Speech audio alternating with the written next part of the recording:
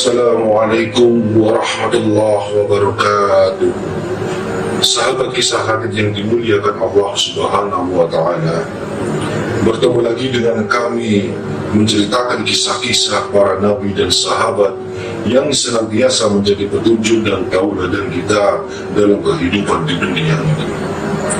Baiklah, kali ini kami akan mengisahkan tentang kisah Nabi Nuh season kedua. Kali ini kami akan menceritakan tentang datangnya azab bagi kaum Nabi Nuh yang zalim. Maka suatu hari ketika tanur di dalam dapur, Nabi Nuh menunjukkan tanda-tanda keluarnya air. Nabi Nuh kemudian segera mempersiapkan diri dan membuka bahteranya. Nabi Nuh mengumpulkan umatnya yang beriman untuk segera melindungi diri dan masuk ke dalam bahtera. Nabi Nuh juga membawa segala jenis binatang berpasang-pasangan, mulai dari binatang buas, burung, gajah, sapi, hingga semut. Pada hari itu pula, malaikat Jibril turun ke bumi dan membantu Nabi Nuh untuk mengumpulkan serta menggiring setiap dua binatang yang berpasangan, agar nantinya setelah azab melanda seluruh dunia dan menenggelamkan daratan beserta isinya, setiap spesies binatang tidak punah dan bisa berkembang biak untuk generasi umat manusia selanjutnya. Peristiwa ini juga sudah dijelaskan di dalam Al-Quran. Menurut beberapa riwayat, hewan yang pertama kali dinaikkan adalah sepasang burung kakak tua, sedangkan hewan terakhir yang dinaikkan adalah sepasang keledai. Diceritakan pula bahwa di pundak keledai, iblis ikut bergelantungan agar bisa masuk ke dalam bahtera Nuh dan mengganggu umat Nabi Nuh yang taat agar tidak masuk ke dalam.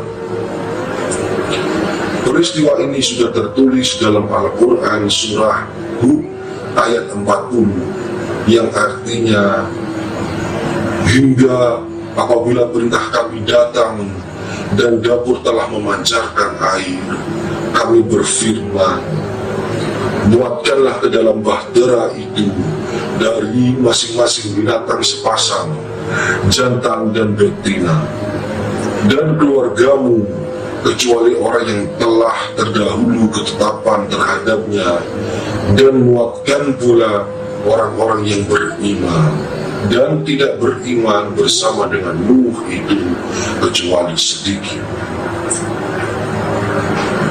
Istri dan putra Nabi Nuh Kan'an tidak beriman, bahkan turut serta mencemooh bahtera Nabi Nuh, sehingga mereka tidak ikut menaiki bahtera.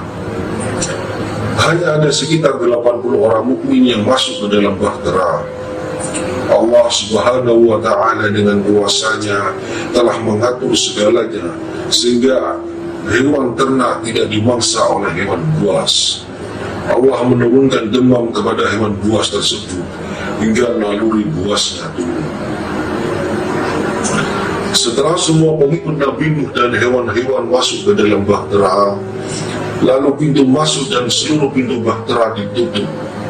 Dengan kuasa Allah, pemilik langit dan bumi, maka turunlah air hujan dari langit dan memerintahkan bumi mengeluarkan air dari berbagai penjuru dan celah-celah bumi. Seluruh celah bumi seolah seperti mata air yang mengeluarkan air dengan sangat deras tanpa hentinya. Air hujan yang sangat deras terjadi dan belum pernah terjadi selama bumi diciptakan, termasuk pula sesudahnya. Sampai sekarang tidak pernah terjadi hujan deras dengan begitu hebat. Air lautan kemudian bergejolak dan ombak dahsyat menerpa serta menyapu bumi beserta isinya. Dalam sekejap saja, debit air semakin meninggi dan terjadilah air bah yang begitu dahsyatnya yang membanjiri. Seluruh permukaan bumi dipenuhi dengan air, sehingga seluruh isinya tenggelam bersama kaum Nuh yang zalim. Bumi tenggelam dalam air sampai permukaan bumi tertinggi untuk pertama kalinya dan tidak pernah terjadi lagi sampai saat ini. Itulah azab berupa bencana yang Allah Subhanahu wa Ta'ala kepada kaum Nabi Nuh yang sudah sangat menyimpang dari jalan Allah dan telah berbuat musyrik kepada Allah Subhanahu wa Ta'ala. Nabi Nuh dikaruniai 4 orang putra, yakni putra tertua bernama Kan'an, kemudian yang kedua bernama Yafid, Sam, dan Ham. Putra tertua Nabi Nuh merupakan anak yang zalim dan durhaka kepada Nabi Nuh.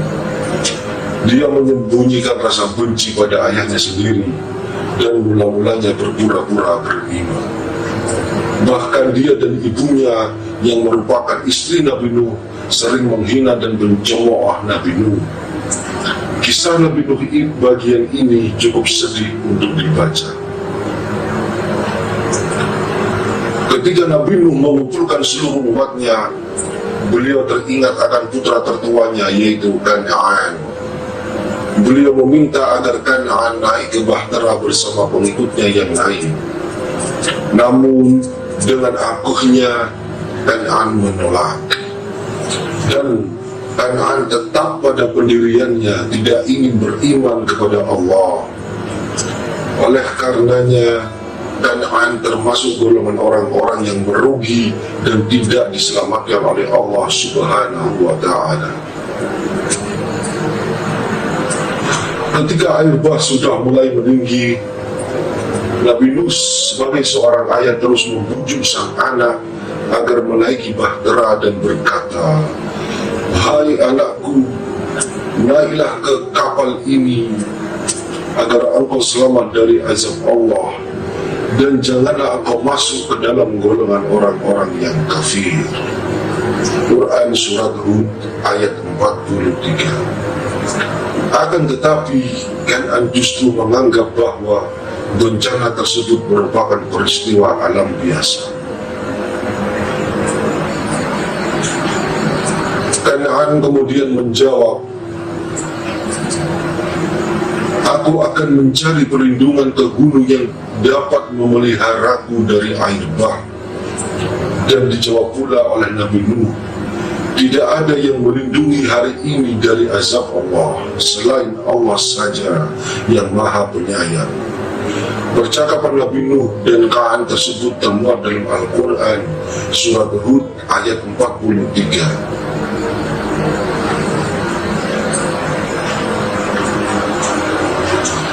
Banjir kemudian semakin meninggi dan Kan'an tetap tidak mau masuk ke dalam kapal dan ingin menyelamatkan diri dengan cara berenang menuju puncak gunung yang belum tersentuh air.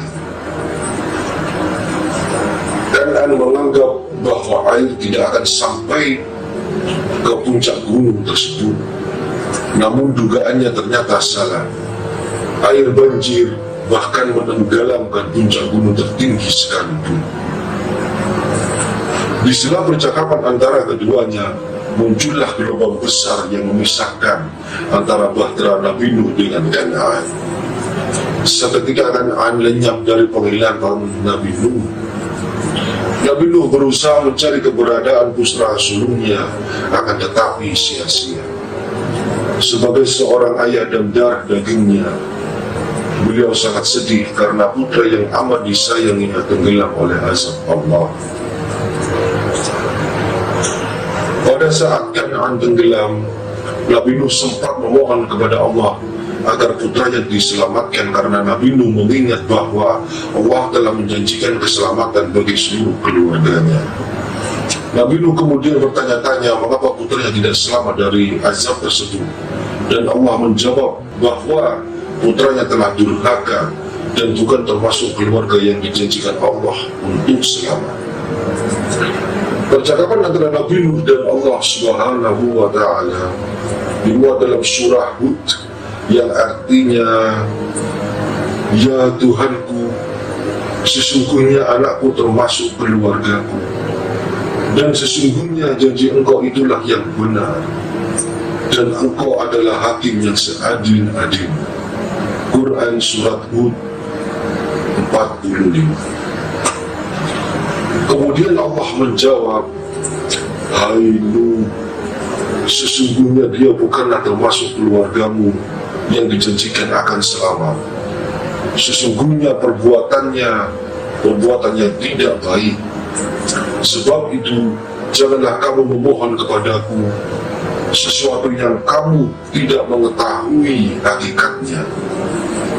Sesungguhnya aku memperingatkan kepadamu supaya kamu jangan termasuk orang-orang yang tidak berpengetahuan."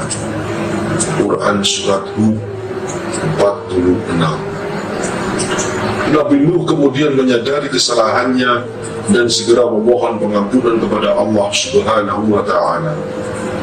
Nabi Nuh kemudian mengikhlaskan kepergian putra dan istrinya yang zalim serta seluruh umatnya yang tidak percaya padanya dan lebih memilih menyembah berhala yang merupakan perbuatan musyrik yang sangat tidak disukai Allah. Subhanallah, semoga dosa-dosa mereka diampuni Allah Subhanahu wa Ta'ala. Kemudian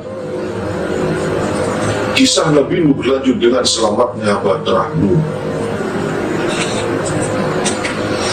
Sementara Allah menenggelamkan seluruh permukaan bumi dari manusia, pohon, bahkan sampai melebihi puncak gunung, Allah memberikan perlindungan dan memelihara Bahtera Nuh yang berlayar selama 150 hari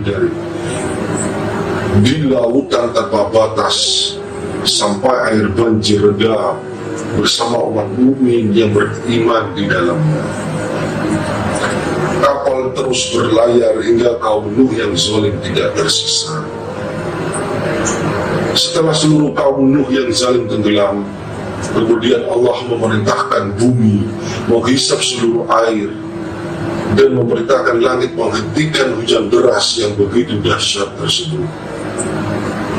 Maka surutlah air bah yang telah menenggelamkan bumi dan tidak menyisakan satu kaum pun Nabi Nuh yang zalim.